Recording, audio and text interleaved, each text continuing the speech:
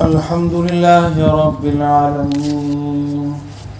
والصلاة والسلام على رسوله الأمين.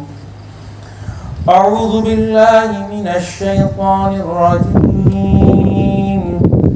بسم الله الرحمن الرحيم. ما أغنى عني ماليه هلك عني سلطانيه خذوه فغلوه ثم الجحيم صلوه ثم في سلسلة ذرعها 70 ذراعا فاسلكوه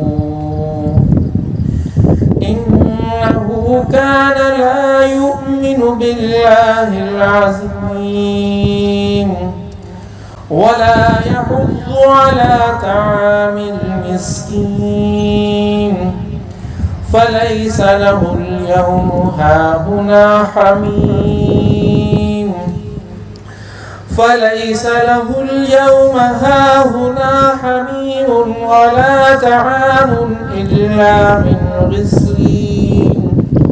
لا يأكله إلا الخاطئون. صدق الله مولانا العظيم وصدق رسوله النبي الكريم ونحن على ذلك من الشاهدين والشاكرين والحمد لله رب العالمين. انتہائی قابل احترام بزرگوں نوجوان دوستو، میں نے ابھی آپ کے سامنے قرآن پاک سے سورہ حاقہ کی کچھ آیات تلاوت کی. اللہ رب العالمین سے دعا کرتا ہوں کہ وہ مجھے سچ کہنے کی، ہم سب کو سمجھنے کی اور ہم سب کو ان آیات مبارکہ پر عمل کرنے کی توفیق عطا فرمائے. اللہ تبارک و تعالیٰ نے اپنی آیات قرآن کے اندر فرمایا ہے کہ ما اغنا عنی مالیہ. یہ اس فرد کی ایک ہے کہ جو مال کے پیچھے لگا ہوا ہے، جو مال جمع کرنا چاہتا ہے اور جو مال خود پر خرچ کرنا چاہتا ہے، اللہ کے بندوں پر خرچ کرنا نہیں چاہ رہا. اور جب وہ حالت آ جائے گی، وہ کیفیت آ جائے گی کہ جب اس کو اللہ کے حضور پیش کیا جائے گا تو اس کی کیفیت یہ ہوگی کہ وہ یہ کہے گا کہ ما اغنی عنی مالیہ، اس مال نے تو مجھے کوئی فائدہ نہیں دیا، کوئی نفع نہیں ہوا مجھے اس مال سے، مجھے کچھ نہیں مل سکا مجھے اس مال سے. ہلک عنی سلطانیہ، میری سلطنت تو ہلاک ہو گئی، برباد ہو گئی، تباہ ہو گئی. وہ جو ساری سلطنت میں نے اپنے لیے جمع کی تھی اور بنائی تھی، وہ جو سب کچھ میں نے اپنے لیے اکٹھا کیا تھا، وہ تو تباہ اور برباد ہو گیا، جس کے لیے انسان ساری زندگی اس دنیا کے اندر لگا رہتا ہے. پھر رب کائنات کی طرف سے اعلان ہوگا خذوہ فغلوہ، پکڑو اس کو اور اس کے گلے کے اندر پھندا ڈالو، گٹ چمدان سندھی میں پھندا ڈالو اس کے گلے کے اندر، اور ثم الجحیم صلوہ، اس کو جہنم کی آگ کے اندر ڈال دو. جہنم کی آگ کے اندر اس بندے کو ڈالنے کا حکم ہوگا کہ جو دنیا کے اندر اس مال کو جمع کرنے کی فکر کے اندر لگا ہوا ہے، اس مال ہی کو دنیا کے لیے جمع کرنا وہ چاہتا ہے، اللہ کی راہ میں وہ خرچ کرنا نہیں چاہتا. ثم فی سلسلۃ ذرعها 70 ذراعا فاسلکوہ، زنجیروں سے اس کو جکڑا جائے گا، 70 ہاتھ لمبی وہ زنجیریں ہوں گی. انہ کان لا یؤمن باللہ العظیم، اس لیے کہ وہ رب کائنات کو، اللہ عظیم کو وہ مانتا ہی نہیں تھا. اگر اللہ رب العالمین کو وہ مانتا تو اس مال کو جو دنیا کے اندر اس کو ملا تھا اپنا مال نہ سمجھتا، اپنے اس مال کو اللہ کی راہ میں خرچ کر کے آئندہ کے لیے محفوظ کر دیتا وہ. لیکن اس نے اس دنیا کے اندر اس مال سے محبت کی اور اس مال کی محبت کے اندر زندگی گزاری، تو رب کائنات فرماتے ہیں کہ وہ اس دنیا کے اندر اللہ پر ایمان لانے والا بندہ ہی نہیں تھا. وہ اگر وہ اللہ پر ایمان لانے والا بندہ ہوتا تو اللہ کی راہ میں اس مال کو وہ ضرور خرچ کرتا. ولا يحض على طعام المسكين، اب اس کی جو علامت رب کائنات نے بیان فرمائی کہ وہ اللہ کے بندوں کو، ان بندوں کو کہ جو مسکین ہیں زمین کے اوپر، ان کے اوپر مال کو خرچ کرنے کے لیے کسی کو ترغیب نہیں دیا کرتا تھا. قرآن پاک میں بے شمار جگہوں پر اس مال کو خرچ کرنے کی بات آئی ہے، یتیموں کی سرپرستی کی بات آئی ہے، یتیموں کے سر پر ہاتھ رکھنے کی بات آئی ہے. اور خدا رب ذوالجلال نے جو قرآن پاک کے اندر وہ ترتیب بتائی ہے کہ یتیم کا ذکر پہلے آیا ہے، پھر مسکین کا ذکر آیا ہے، اور پھر اس کے بعد ابن سبیل کا ذکر آیا ہے. اور اللہ کے نبی صلی اللہ علیہ وسلم کی زندگی کا اگر ہم جائزہ لیں، آپ صلی اللہ علیہ وسلم کے اسوہ حسنہ کو ہم دیکھیں کہ وہ مکی دور کے جب آپ صلی اللہ علیہ وسلم پر شدید مظالم ڈائے جا رہے ہیں، اور آپ صلی اللہ علیہ وسلم کی زندگی وہاں پر بڑی اجیرن کر دی گئی ہے۔ ایسے حالات کے اندر ایک معصوم سا بچہ اور ایک یتیم بچہ کعبۃ اللہ شریف کے اندر داخل ہوتا ہے، اور اس کی حالت یہ ہے کہ اس کے جسم پر، اس کے پیٹ پر کپڑا تک موجود نہیں ہے، اور اس عالم کے اندر وہ مشرکین مکہ اور سرداران مکہ کے سامنے آتا ہے اور ان سے آ کر گزارش کرتا ہے کہ دیکھیں یہ جو ابو جہل ہے اس کو میرا وصی بنایا گیا تھا، میرے مرنے کے بعد وہ جو میری مال اور ملکیت میرے باپ نے میرے پیچھے چھوڑی تھی اس کو سنبھالنے والا بنایا گیا تھا، لیکن دیکھو میرا حال یہ ہے کہ نہ میرے جسم پر پہننے کے لیے میرے پاس کپڑا ہے، اور نہ مجھے اپنی بھوک مٹانے کے لیے میرے پاس کوئی کھانا ہے، یہ میرا مال بھی مجھے نہیں دیتا، مجھے کھانے کے لیے نہیں دیتا، مجھے پہننے کے لیے نہیں دیتا۔ وہ معاشرہ بڑا ظالم معاشرہ تھا، بجائے کہ اس یتیم بچے کی سرپرستی کی جاتی، مکے کے سرداران کو، ان مشرکین کو یہ بات سوجی کہ یہ تو ایک اچھا موقع مل گیا ہے نبی اکرم صلی اللہ علیہ وسلم کی شان میں گستاخی کرنے کا، اور پھر آپ صلی اللہ علیہ وسلم کی طرف اشارہ کیا کہ جاؤ اس شخص کے پاس اور جا کے اس کو بولو کہ وہ تمہاری سرپرستی کرے، وہ تمہیں تمہارا حق دلوائے۔ اور پھر اب یہ منتظر ہے کہ یہ بچہ روتا ہوا جائے گا اور جا کر آقا نامدار حضرت محمد مصطفیٰ صلی اللہ علیہ وسلم سے کہہ رہا کہ میں یتیم ہوں اور مجھے میرا حق دلوائیے، اور اگر یہ حق نہ دلوا پائیں گے، معذرت کر لیں گے، تو ہمیں کہنے کا موقع مل جائے گا کہ دیکھو یہ کیسا پیغمبر ہے کہ ایک یتیم اس کے پاس آیا اور یتیم نے آ کر اپنی فریاد پیش کی، اور اس کی فریاد رسی جو نہ کر سکے، وہ کس طرح یہ بات کہہ سکتا ہے کہ میں ان یتیموں کا والی اور ان کا وارث ہوں۔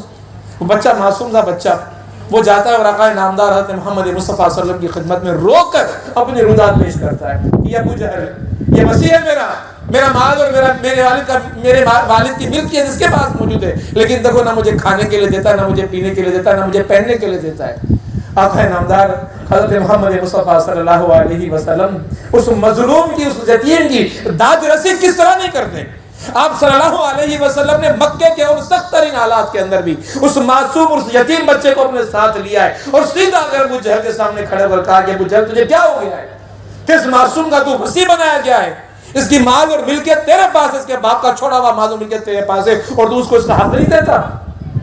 ابو جہل کچھ کہنا چاہتا ہے، لیکن تھوڑی دیر کے اندر اس کے جسم پر کبھی تاری ہو جاتی ہے، اور کبھی کے عالم میں پھر وہ یہ کہتا ہے کہ ہاں میں اس بچے کا، اس کا حق اس کو دینے کے لیے تیار ہوں۔ اللہ کے نبی صلی اللہ علیہ وسلم اس بچے کو لے کر واپس آتے ہیں، مشرکین مکہ آتے ہیں اور ابو جہل سے کہتے ہیں کہ کیا ہو گیا تھا تجھے؟ زبردست موقع ملا تھا تجھے اور تو ان کی شان میں گستاخی کر سکتا تھا، لیکن تو نے ایسا کیوں نہیں کیا؟ ابو جہل کہتا ہے کہ میں کرنا چاہتا تھا گستاخی، لیکن مجھے آپ صلی اللہ علیہ وسلم کی اطراف سے ایسی چیزیں نکلتی ہوئی محسوس ہوئی کہ مجھے یوں محسوس ہوا کہ اگر وہ چیزیں میرے جسم میں داخل ہو گئی تو میں ہلاک ہو جاؤں گا، تو بس میں نے یہی فیصلہ کیا کہ میں ان سے وعدہ کروں۔ یہ ایک واقعہ نہیں ہے آپ صلی اللہ علیہ وسلم کی زندگی کا،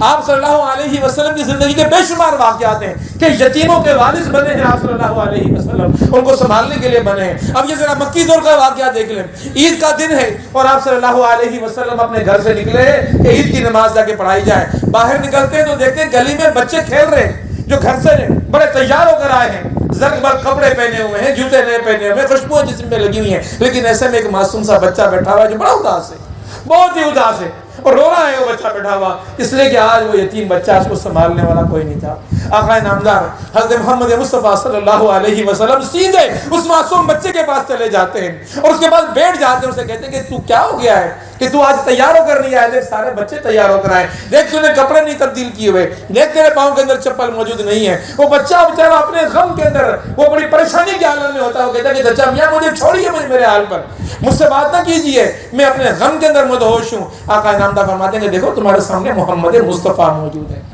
وہ بچہ ایک دم اوپر دیکھتا ہے اور پھر گستاخی جو تھوڑی ہو گئی تھی اس میں معذرت کرتا ہے، کہتا ہے کہ میں یتیم ہوں، کون ہے جو مجھے پہنائے گا، کون ہے جو مجھے نہلائے گا، کون ہے جو مجھے تیار کرے گا؟ آقا نے بولا کہ میں ہوں یتیموں کا وارث، میں ہوں یتیموں کا وارث، اور میں تمہیں اٹھاؤں گا۔ اس کو اٹھایا اپنے ساتھ، گلے لگایا ہے، اپنے گدے پر اٹھایا آقا نامدار نے، اور اس کو ساتھ لے کر سیدھا اپنے گھر پر آئے اور اپنی بیٹی سے کہا کہ اس کو نہلاؤ، اس کو دھولاؤ، اس کو تیار کرو، یہ تمہارا بھائی ہے،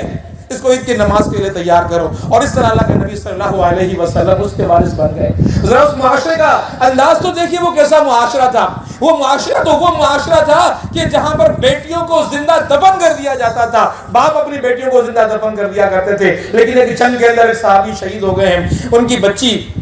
پیچھے یتیم رہ گئی ہے. اب یہ معاشرہ جو میرے محمد مصطفیٰ صلی اللہ علیہ وسلم نے ترتیب دیا تھا، اور جو آج ہم بڑے فخر سے کہتے ہیں کہ ہم امت محمدی کے افراد ہیں، ہم محمد مصطفیٰ صلی اللہ علیہ وسلم کے غلام ہیں. دیکھیں کہ اللہ کے نبی صلی اللہ علیہ وسلم نے کیسے صحابہ تیار کیے تھے. آپ صلی اللہ علیہ وسلم کے صحابہ میں جھگڑا ہو گیا ہے. ایک چچا ہے اور دوسرے ماموں ہیں. وہ جو کل بچوں کو زندہ دفنایا کرتے تھے، بچیوں کو، آج وہ دونوں لڑتے ہوئے آقا نامدار حضرت محمد مصطفیٰ صلی اللہ علیہ وسلم کے پاس پہنچے ہیں کہ یہ چچا کہتا ہے کہ یہ میرا حق ہے، یہ بچی کفالت کے لیے مجھے ملنی چاہیے، اور ماموں کہتا ہے کہ یہ بچی میری ہے، میں اس کا ماموں، اس کا حق مجھے ملنا چاہیے. آقا نامدار کے پاس دیکھیں وہ مقدمہ پیش ہو گیا ہے. کیسے حالات ہیں. یہ وہی لوگ ہیں جو کل اپنے ہی ہاتھوں سے اپنی ہی بیٹیوں کو قبریں کھود کے گڑھے کھود کے دفنا دیا کرتے تھے، لیکن معاملہ آج یہ ہو گیا ہے میرے محمد مصطفیٰ صلی اللہ علیہ وسلم اس زمین پر آ گئے ہیں، اور آپ صلی اللہ علیہ وسلم کی اس دنیا میں آنے کے بعد اب یتیموں کا سہارا محمد مصطفیٰ بن چکے ہیں، اور محمد مصطفیٰ کے امتی بن چکے ہیں، اور صحابہ کرام رضی اللہ تعالیٰ عنہم اجمعین بن چکے ہیں. اللہ کے رسول صلی اللہ علیہ وسلم نے دونوں کا مقدمہ سنا، اور پھر جب جس کے حق میں فیصلہ دے دیا، وہ صحابی کہ جن کے حق میں فیصلہ ہوا، اس یتیم بچی کو اپنے ہاتھوں میں اٹھا کے پورے مجمع کو دکھایا کہ دیکھو میں اپنی جنت اپنے ساتھ لے کر جا رہا ہوں، دیکھو میں اپنی جنت اپنے ساتھ لے کر جا رہا ہوں. میرے دوستوں اور بھائیوں، وقت بڑا مختصر ہے، لمبی چوڑی باتیں یہاں نہیں ہو سکتی. اس مختصر سے وقت کے اندر میں آپ کے سامنے یہی بات کہنا چاہتا ہوں کہ ایک آغوش یہاں قائم کر دیا گیا ہے، اور میرے محمد مصطفیٰ صلی اللہ علیہ وسلم وہ محسن انسانیت، اس محسن انسانیت کی اس امت کے اندر اور اس انسانیت کے اندر یتیم بچوں کے لیے ایک سہارا بننے کے لیے آغوش جا رہا ہے. آج ہماری جنتیں ہمارے ہاتھوں میں آنے کے لیے تڑپ رہی ہیں. ہے کوئی کہ جو آئے اور آ کر ان بچوں کو اسی طرح تھامے جس طرح آقا نامدار کی محفل کے اندر صحابہ نے تھاما تھا، اور تھام کر کہا تھا کہ دیکھو ہم اپنی جنتیں اپنے ساتھ لے کر جا رہے ہیں. آج اسی طرح کی جنتیں آپ کے ہاتھوں میں تھمانے کے لیے یہ محفل منعقد کی گئی ہے، اور میں امید کرتا ہوں کہ انشاءاللہ آغوش کے اس ڈونر ڈنر کے اندر آپ سب لوگ آگے بڑھیں گے اور ہمت کریں گے اور کوشش کریں گے کہ میرے محمد مصطفیٰ اور صحابہ کی سنتوں کو زندہ کریں، اللہ کے نبی صلی اللہ علیہ وسلم کے اس اسوے کو زندہ کریں، اور میرے آقا کے اوپر وہ جو کلام نازل ہوا اس کلام کے حوالے سے ایک آیت سنا کر میں اپنی جگہ لوں گا. اللہ رب العالمین نے سورہ توبہ کے اندر فرمایا کہ ان اللہ اشتری من المؤمنین انفسهم واموالهم بانهم الجنہ. دو ٹوک بات کہہ دی رب کائنات نے. یہ جو تم نے ایمان کا اعلان کیا ہے لا الہ الا اللہ محمد الرسول اللہ، یہ اعلان کوئی عام اعلان نہیں ہے، یہ ایک سودا ہے، یہ ایک لین دین ہے، یہ ایک بے ہے جو مومن کے درمیان اور رب کائنات کے درمیان ہو گئی ہے. اور وہ بے کیا ہے؟ مومن یہ کہہ رہا ہے کہ میرا مال اور میری جان میرے رب ذوالجلال تیرے حوالے ہو گئی، تو رب کائنات کہتا ہے کہ میں نے جنت تیرے حوالے کر دی. تو میرے دوستوں اور بھائیوں، یہ جنت اگر ہم حاصل کرنا چاہتے ہیں، جنت کے اگر ہم متلاشی ہیں، تو اپنی جانیں اور اپنا مال اپنے رب کے حوالے کرنے کا یہ ایک بہترین اور نادر موقع ہے. اللہ تعالیٰ سے دعا کرتے ہیں کہ اللہ تعالیٰ ہمیں اس جنت کے حصول میں اپنا مال ان یتیموں پر، ان آغوش میں پلنے والے بچوں پر ہمیں خرچ کرنے کی توفیق عطا فرمائے. اقول قولی ھذا استغفر اللہ لی ولکم ولسائر المسلمین فاستغفروہ انہ هو الغفور الرحیم.